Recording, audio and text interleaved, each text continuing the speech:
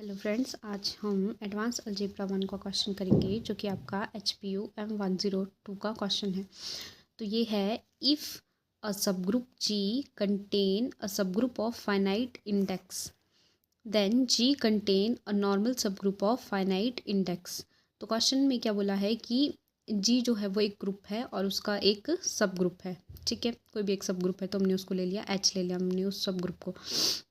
तो यहाँ पे बोला गया है कि यहाँ पे बोला गया है कि जो ये सब ग्रुप है, ठीक है, इसका क्या है आपके पास, फाइनाइट इंडेक्स है इसका। ठीक है, मतलब जब हम index of G in H लेंगे तो वो क्या जाएगा आपके पास, जितने भी एलिमेंट्स आएंगे वो कैसे होंगे आपके पास, फाइनाइट होंगे।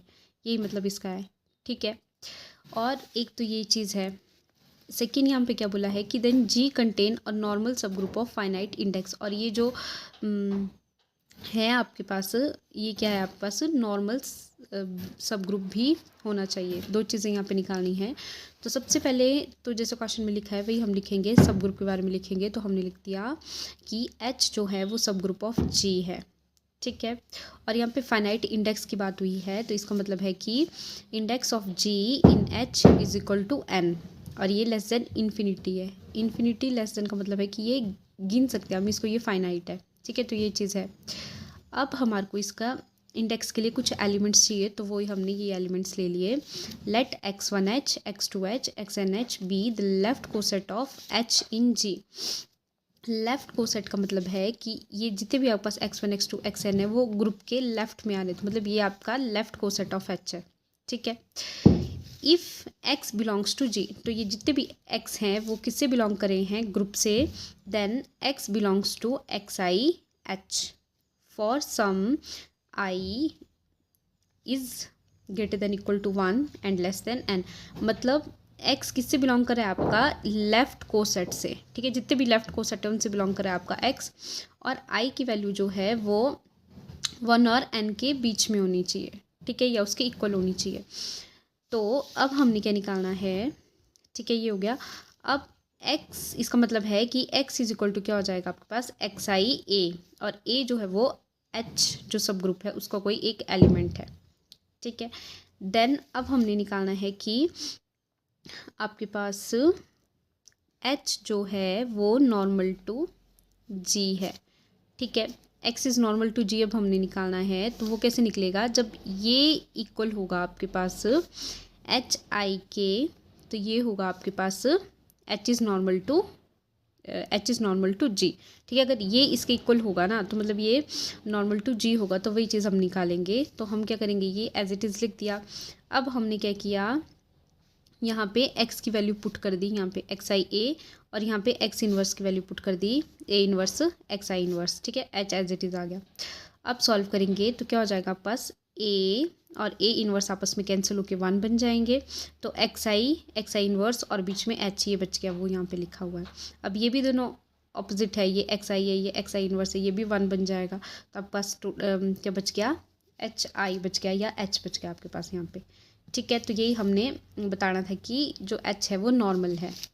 ठीक है, to G, since there are only n choices for I, it follows that H has only a finite number of conjugate HI in G। अब इसका मतलब क्या हुआ कि क्योंकि H के पास सिर्फ n नंबर ऑफ चॉइसेस हैं, ठीक है, तो H के पास क्या होंगे, फाइनाइट नंबर ऑफ कॉन्जुगेट्स भी होंगे। तो हम ले लेते हैं K को कॉन्जुगेट ले लेते हैं H का, तो हम लिखेंगे K is equal to X H X inverse. ठीक है, अब x जो है वो कहाँ से बिलोंग करे आपका, ग्रुप G से। ठीक है, अभी हमने बोला था कि x किस से बिलोंग करे आपका, xi से। ठीक है, xi a से बिलोंग करा था ना, तो x को अभी हम इधर कितना ले रहे हैं, xi और xi इन्वर्स ले रहे हैं, और i की वैल्यू 1 से n तक है। ठीक है, तो वो आ गया। मतलब k जो है एक तरीके से आपका जितने भी आपके इसके xi इन्वर्स है ना, जितने भी एलिमेंट्स हैं वो सब इस k के अंदर आ रहे हैं आपके पास। ठीक है, सिंस एवरी xi इज सब ग्रुप ऑफ G, मतलब ये सब क्या है आपके सब ग्रुप ऑफ G हैं, एंड तो k भी क्या होगा आपका सब group of G।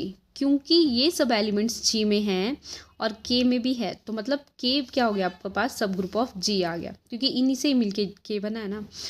For any Y belongs to G, अब हमने एक्स के बारे में लिख लिया, अब हम एक और एलिमेंट ले लेते हैं यहाँ पे वाई, तो हमने लिख दिया कि for any Y belongs to G, Y के Y inverse is equal to Y, ठीक है, और यहाँ पे वाई इनवर्स। अब हमने यहाँ पे के की वैल्यू पुट कर दी, तो के की वैल्यू क्या है आपके पास, एक्स एच एक्स इनवर्स, ठीक है, और एक्स कहाँ से बिलोंग करे आपके पास, जी से, यहाँ से वैल्यू पुट की ना हमने, तो फिर आपके पास ये आ गया वाई मतलब H Y X H Y X inverse, वही चीज़ लिखी हमने, ठीक है। अब हमने क्या करना है, अब देखो y इनवर्स से y इनवर्स कैंसिल हो गया और हमारे पास बच गया एक्स एच एक्स इनवर्स, ठीक है, विच इज़ इक्वल टू के, जो हमने यहाँ पे भी लिखा था, ठीक है, सिमिलर आ गया। तो इसका मतलब क्या हो गया कि जो आपका k है वो भी नॉर्मल टू g है, जैसे हमने पीछे निकाला था वही चीज़ थी ना। अब as when x varies over all the element of g, x जो है वो वेरी कर रहा है over all the element of g, Y X also run over all the element of g, मतलब जैसे x सभी एलिमेंट्स में वेरी कर रहा है वैसे ही आपका वाई एक्स भी करेगा, ठीक है।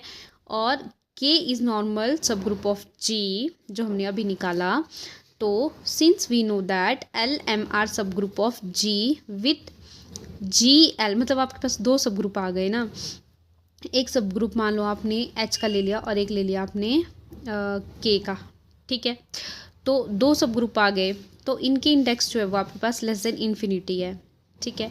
देन इन दोनों का जो इंटरसेक्शन है वो इनके प्रोडक्ट के इंडेक्स के मतलब जो जी का जो इंडेक्स है इन दोनों की इंटरसेक्शन में वो लेस देन होगा जी का इंडेक्स इन एल, जी का इंडेक्स इन एम उसके प्रोडक्ट के, ठीक है। अब इसी चीज़ को अब हम कैसे लिखेंगे कि जी index of G in K is equal to G H1 H2 HN, क्योंकि के में सारे ही एलिमेंट्स आपके आ रहे थे एच के, ठीक है। ये लेस देन इक्वल टू होगा आपके पास, ये सबका यूनियन आ गया अब आपके पास I is equal to 1 to n। देखो के जो था वो इंटरसेक्शन था इनका, तो अभी हम यूनियन की बात करें तो यूनियन जो है वो ग्रेटर देन होगा दिस, ठीक है, तो वही चीज़ यहाँ पे लिख ली। अब इसको I is equal to 1 to n, तो जी आई इंडेक्स एच आई, ठीक है, तो इसको हम इस तरीके से भी लिख सकते हैं क्योंकि यहाँ पे भी n एलिमेंट्स हैं, यहाँ पे भी आपके पास n एलिमेंट्स है, तो इस तरह से हम लिख देंगे और हमारा ये प्रूव हो जाएगा। Thank you.